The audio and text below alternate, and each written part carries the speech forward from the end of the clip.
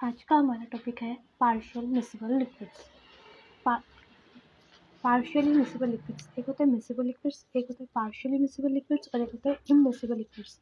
Miscible यानी होता है विलयशील या फिर मिला हुआ, मतलब जो आपस में मिल जाते हैं ना, उनको बोलते हैं मिसिबल। ठीक है, तो पार्शियली मिसिबल मतलब जो पूरी तरीके से मिलती नहीं है। जैसे कि एक लिक्विड है, ये है ए लिक्विड है ना, इसके अंदर हमने कोई दूसरा लिक्विड डाला बी, ये है ए लिक्विड और ये है बी लिक्विड। अब हमने इसके अंदर बी लिक्विड, मतलब ये है ए लिक्विड, इसके अंदर हमने कोई लिक्विड डाला बी। अब ये मान लो हम 100 ग्राम 100 ml इसकी डालना चाह रहे हैं बी लिक्विड की, लेकिन ये इसके अंदर केवल 50 ml, ये इसकी कैपेसिटी है कि इसको 50 ml ही घुल सकता है, मतलब इसकी 50 ml घुल जाती है। लेकिन फिर जब हम इससे ज़्यादा मिलाते हैं तो ये कैसा हो जाता है, यहाँ पे इतने में तो ये लिक्विड ए हो जाता है, ए के अंदर बी हो जाएगा, मतलब बी इन ए, इसको बोलेंगे बी इन ए।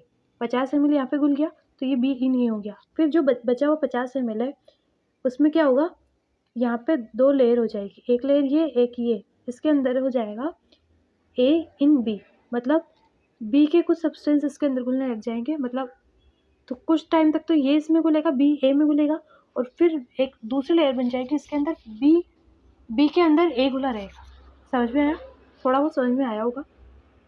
ठीक है, तो इसको पढ़ते हैं, पहले इसकी थ्योरी पढ़ते हैं, फिर थोड़ा और समझने की कोशिश करेंगे। ठीक है, इसकी थ्योरी पढ़ते हैं। पार्शियली मिसिबल लिक्विड्स आंशिक रूप से मिश्रणीय द्रव, मतलब जो मिला हुआ होता है उसको बोलते हैं मिसिबल। ठीक है, इसकी डेफिनेशन पढ़ते हैं।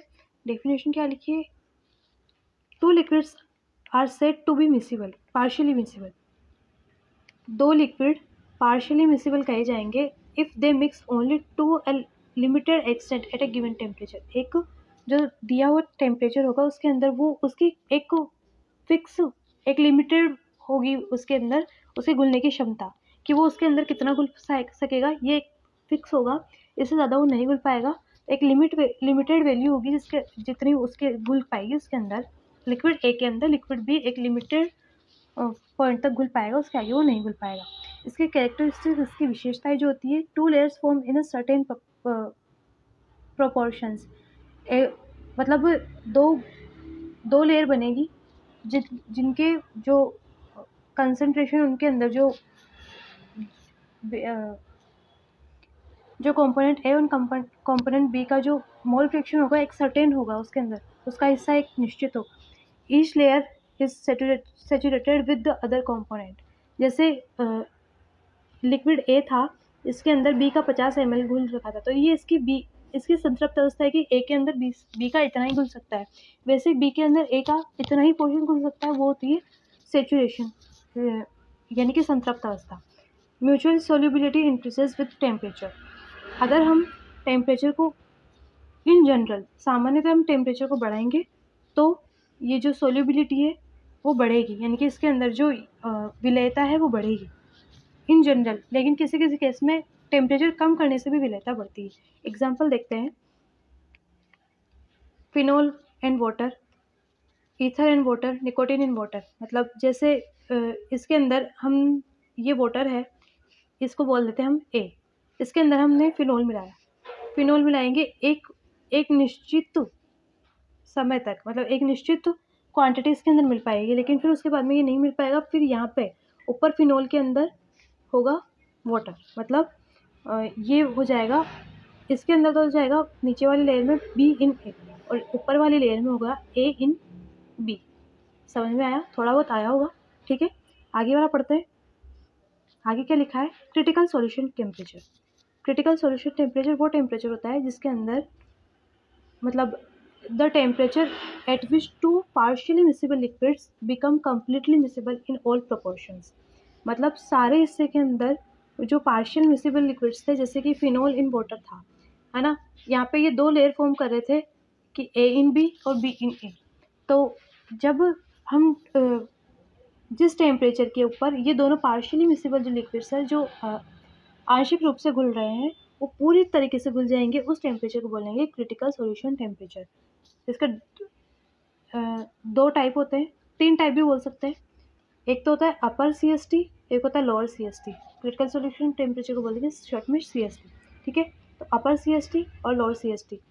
अपर CST मतलब जिसके अंदर ऐसे ऐसे पार्शियल मिसिबल लिक्विड्स जिसके अंदर टेम्परेचर को बढ़ाने पर, अपर यानी बढ़ाने पर, वो लिक्विड टोटली मिसिबल लिक्विड बन जाएंगे, कम्प्लीटली मिसिबल हो जाएंगे। जैसे कि फिनोल इन वाटर, इसके अंदर टेम्परेचर अगर हम बढ़ाएंगे, इसको हीट देंगे, तो ये जो लिक्विड है ये पूरी तरीके से घुल जाएंगे।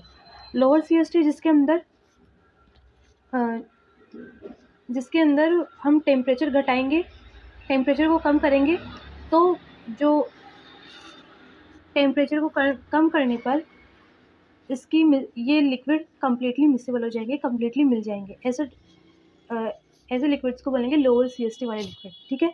Below this temperature liquids are completely miscible. इस टेम्परेचर के नीचे जितने मतलब जो पार्शियल मिसिबल लिक्विड्स होंगे वो कम्प्लीटली मिसिबल लिक्विड में चेंज हो जाएंगे। और ऐसे भी होते हैं जो अपर क्रिटिकल सॉल्यूशन टेम्परेचर भी रखते हैं और लोअर क्रिटिकल सॉल्यूशन टेम्परेचर भी रखते हैं, जैसे कि निकोटीन वाटर। अब देखो इनका ग्राफ कैसे बनता है, जैसे कि यहीं पे बना के बता देती हूँ मैं। अब किसी जैसे फिनोल इन वाटर है, फिनोल और वाटर का जो होगा उसके अंदर अपर CST के अंदर ग्राफ बनेगा ऐसा, ठीक है। ये जो टेम्परेचर होगा इसके ऊपर की साइड हमें कम्प्लीटली मिसिबल लिक्विड्स मिलेंगे।